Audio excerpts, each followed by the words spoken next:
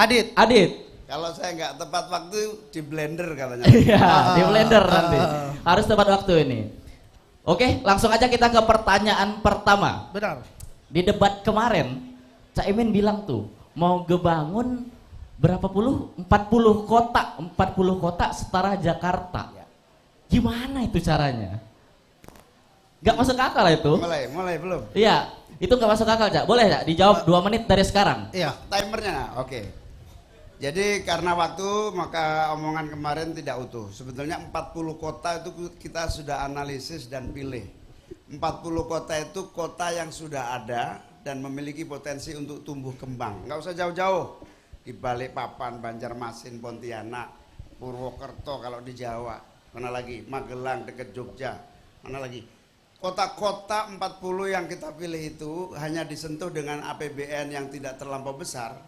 Taruh rata-rata kalau IKN butuh 450 triliun, dibagi 40 kota aja masing-masing bisa 10 triliun.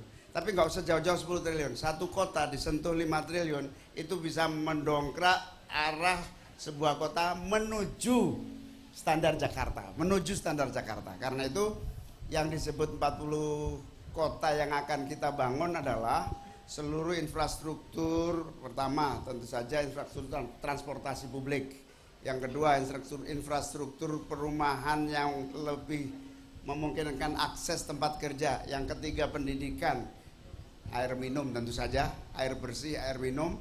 Dan yang ketiga tempat orang bisa healing, santai, situasi yang nyaman, taman kota yang memberikan keindahan sekaligus kenyamanan bagi masyarakat kota. Prinsip-prinsip itu yang harus diterapkan, infrastruktur sosial, infrastruktur pendidikan, sekaligus sarana prasarana yang menunjang masyarakat kota. Cukup 5 triliun setiap kota saja bisa menambah dongkrak dan siap untuk menuju selevel Jakarta 5 tahun ke depannya.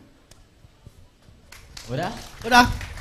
Wih, lumayan nih waktunya. Tidak kelebihan. Mantap ya. Malah Mantap sisa, ya. malah Mantap sisa, ya. malah Waktu sisa. Aman ya, masih sisa aman. Udah belajar berarti Caimin. Yoi, sekarang Oke. gantian dari Abang. Pertanyaan kedua, kan di KPU mengungkapkan dana awal kampanye pasangan calon masing-masing. Iya, yang tadi kita bahas.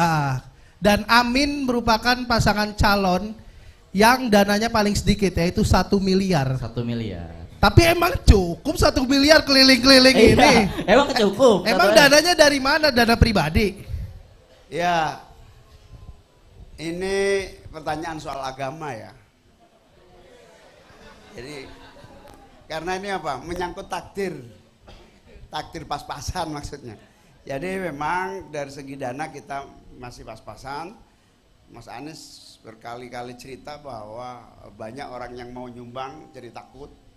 Ada ibu-ibu nyumbang diperiksa, ada bapak-bapak nyumbang diancam. Ya, itulah nasib yang ingin melakukan bantuan perubahan. Tapi jangan khawatir bahwa hanya dengan 1 miliar itu insya Allah para pendukung yang setia dari hati. Kemarin saya ke Pekanbaru, Riau. Saya datang mampir restoran, ibu-ibu yang punya restoran, Pak kami pendukung, amin.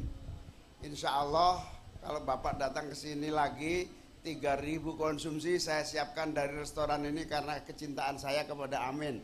Silakan Bapak ngundang siapa saja, kita siapkan konsumsi. Itu artinya apa?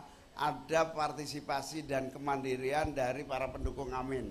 Ini yang kita harapkan dan memang perubahan ini salah satunya juga menyelamatkan. Kita harus selamat dari sumbangan-sumbangan yang tidak jelas, yang akan membebani tanggung jawab dan peran kita di masa yang akan datang. Ini hikmah. Kita pingin sih banyak yang nyumbang, tapi kita berharap sumbangan tidak akan membebani ketika kita langkah menang. Insya Allah kita menolak sumbangan dari judi online.